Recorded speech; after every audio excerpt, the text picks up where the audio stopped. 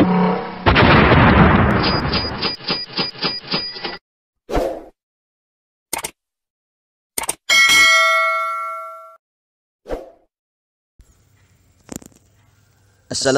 sobat, jumpa lagi di Kisah dan Hikmah.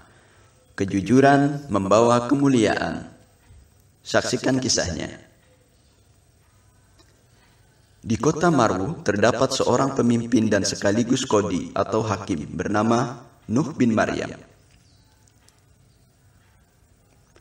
Ia memiliki kenikmatan yang banyak dan kehidupan yang sempurna. Ia mempunyai seorang putri yang bagus budi pekertinya, cantik dan sempurna parasnya.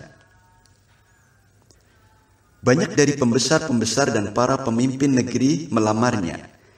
Ia belum mengiyakan seorang pun dari mereka.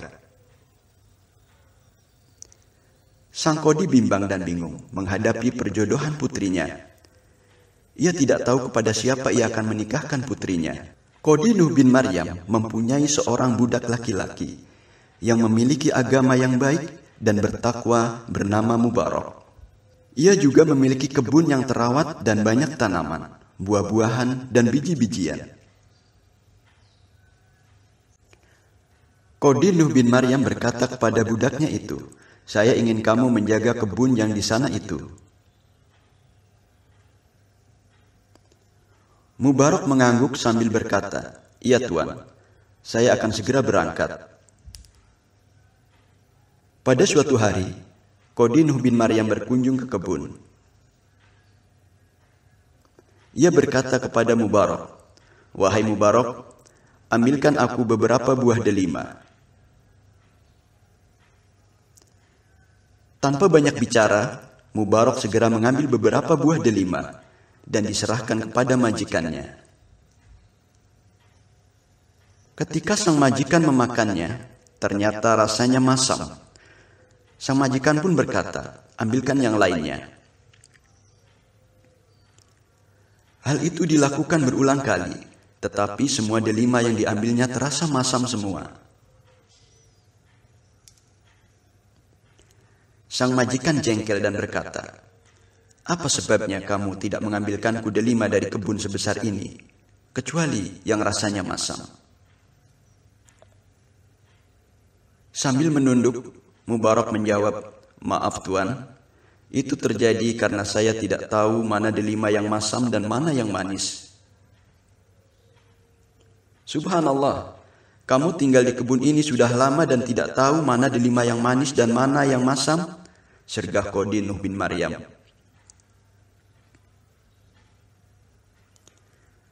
Si budak Mubarak berkata, "Iya Tuan, saya tidak pernah mencicipinya.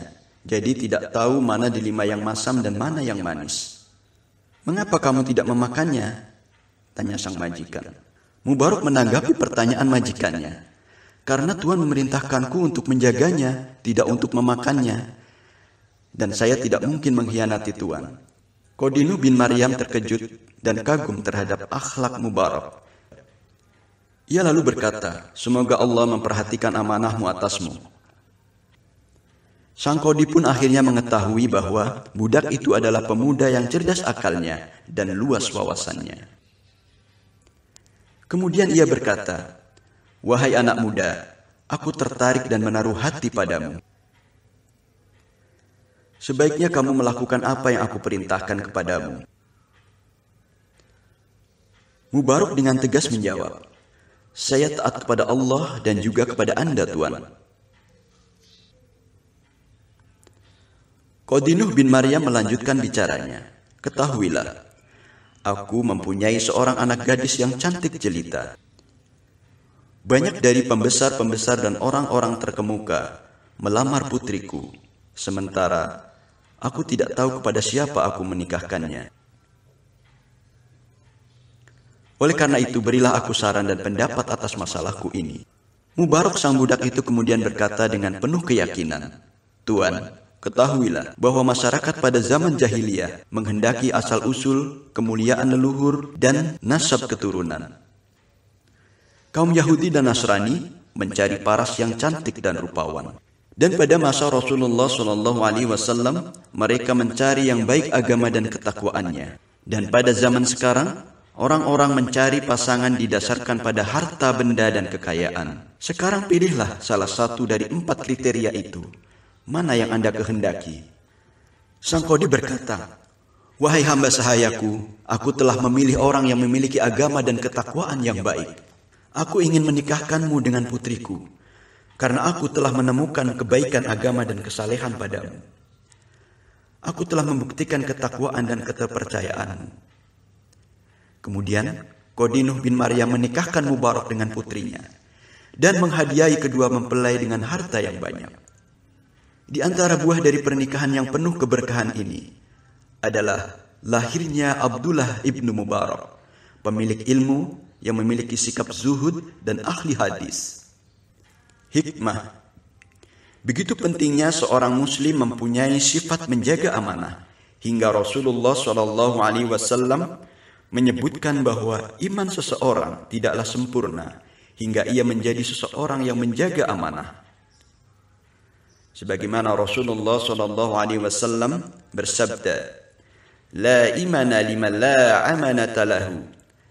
Tidaklah sempurna iman seseorang yang tidak menjaga amanah. Hadis riwayat Ahmad, Ibnu Hibban, disahihkan oleh Syekh Al-Albani dalam Shahihul Jami'. Wallahu a'lam bishawab. Semoga kita dapat mengambil hikmahnya.